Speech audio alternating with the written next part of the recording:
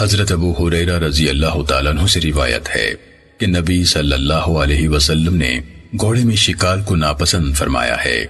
امام ابو عبد الرحمن نسائی رحمہ اللہ بیان کرتے ہیں کہ شکال یہ ہے کہ 3 پاؤں تو سفید ہوں مگر ایک عام رنگ کا ہو، یا 3 پاؤں عام رنگ کے ہوں اور ایک سفید ہو، نیز شکال پاؤں میں ہوتا ہے، ہاتھوں میں نہیں۔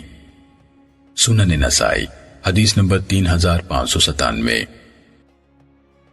حضرت سالم کے والد محترم حضرت عبداللہ بن عمر رضی اللہ تعالیٰ عنہ سے روایت ہے کہ نبی صلی اللہ علیہ وسلم نے فرمایا 3 چیزوں میں نحوست ہو سکتی ہے، عورت، گھوڑا اور گھر۔ سنن نسائی حدیث نمبر 3598۔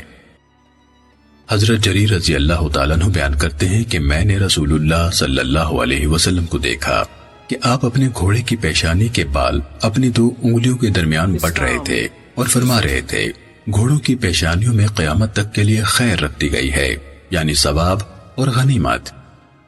سنن نسائی حدیث نمبر 3602۔